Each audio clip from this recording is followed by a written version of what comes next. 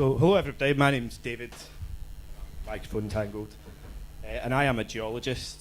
And as a geologist, I spend a vast proportion of my time exclusively in the company of rocks.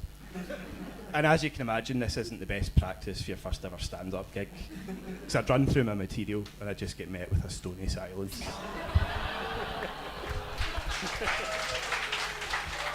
Now, I understand that geology has a certain stereotype attached to it, that people see it as being a little bit dull and perhaps even a little bit boring. And I can understand that in comparison to some other academic disciplines, it's difficult to make geology seem exciting. I'm thinking of things such as evolutionary biology or astrophysics. But then they ended up with a flop-haired twat presenting their TV shows. They can't be that good. So as we're all now aware from, it's after the interval, this is Bright Club's Independence Referendum special. So I thought I should get into the spirit of things and actually try to write some material for it. So I'd say to my girlfriend, I'd say, look, love, I've got this comedy gig coming up. I really need to write some material. And she'd say, no problem, I'm going out for an hour. So she'd go out for an hour, I'd get my laptop up, fire it up, and I'd start trying to write these clever satirical jokes that would combine both geology and politics. And then I'd usually start masturbating. Because there aren't that many clever satirical jokes that combine geology and politics. And she was out for an hour, which is too good an opportunity to miss, really. So what I can say to you is I've really enjoyed preparing for this show, but I'm not exactly sure quite how prepared I am. At least I'm not very tired holding the microphone. So, you know what I'm talking about. So I guess the big question is, what does geology have to do with the independence debate? And of course the example that we're all familiar with is oil. Scotland is blessed with a lot of oil, and the reason that we have so much oil is because of what happened in the past. See, millions of years ago things were different. Alex Salmond was a 32-inch waist. Alistair Darling's eyebrows probably matched his hair colour. And even least believably of all, Scotland used to be warm. We were located down near the equator, and it was taps off. And in the warm seas that surrounded us, there was millions of barely evolved, primitive, brainless creatures aimlessly milling around, a bit like Dundee. And these creatures were called zooplankton, and when they died, they floated to the bottom of the sea, they get covered by muds and sands, and over millions of years, pressure and temperature turned them into oil. And this is the oil that surrounds us now and is such a valuable part of the debate, and we're always told that having oil is a bad thing, that somehow we can't handle it ourselves. And this takes me back to an experience I had at school. When I was 13, I was down the woods at the back of my house, and I happened across a porno. And this was great, because as a 13-year-old boy, your only chances of an informal sex education are either going to be an overly familiar PE teacher or a casually discarded scud book. And this particular publication was in pristine condition. None of the pages were stuck together. It wasn't soggy. So I put it in my school bag, and the next day I took it into school. And I discovered that having a porno in school made you quite popular. And I had these guys come up to me like, mate, I'll give you 30 pence if I can have a wee swatch of your porno. And seeing an opportunity, I'd take them to the toilets, exchange the money, and do the deed.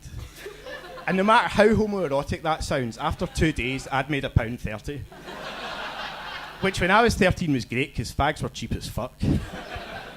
But after a couple more days, word had obviously got around, and these older boys came up to me and said, mate, you're taking a hell of a risk here. If you get caught with this, you could get expelled. In fact, you could even get arrested. Better give it to us and we'll look after it for you. And being a wee bit naive and a wee bit nervous, I agreed. And I never saw it again. And I realised that I made a mistake that day, because I had in my possession this valuable resource that I found near my house.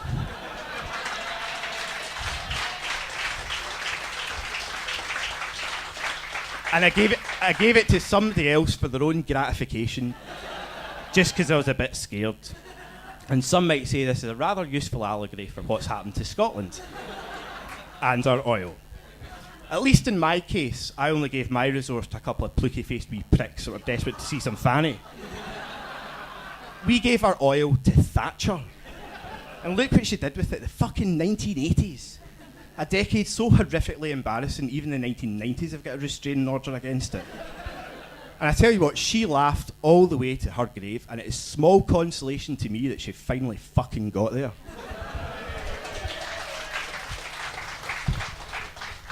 Thank you, I knew I was on safe ground there.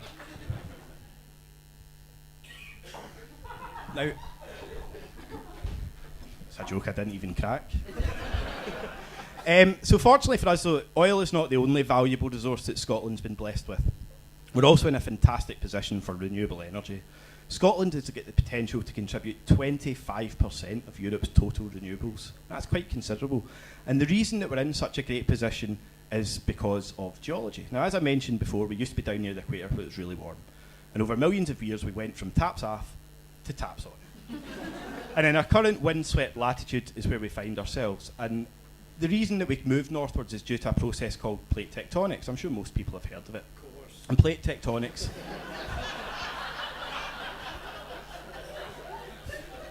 I didn't even hear that. But plate tectonics is a process and it drives the continents about the surface of the Earth. Now, sometimes it's a bit pished and it'll crash India into Asia. But on the whole, it works quite well, and it's really our equivalent of the theory of evolution. So we're a little bit sensitive to when people misunderstand it. And it seems to me that the good people at Better Together have got a little bit confused about plate tectonics. You see, they always say that in the event of a yes vote, we will be separated from the rest of the United Kingdom. And I would like to take this opportunity to allay those fears. Because plate tectonics is not a fast process. It's like trying to have a shit after a 10-hour flight. It's a great deal of moaning and groaning and very little movement. So we can relax. We're not going to be moved from our grade A position for renewable energy. Unfortunately, as we're all painfully aware, where you get a lot of wind, you also get a lot of rain. And that means that Scotland's got a lot of water. And water in the future will also be a valuable resource. And not only do we have a lot of water, it's also really good stuff. If anybody's ever been to London, you'll know that the tap water there tastes like Doc Cotton scrubbed their fanny in it. Whereas up here, the council juice is just that little bit more delectable.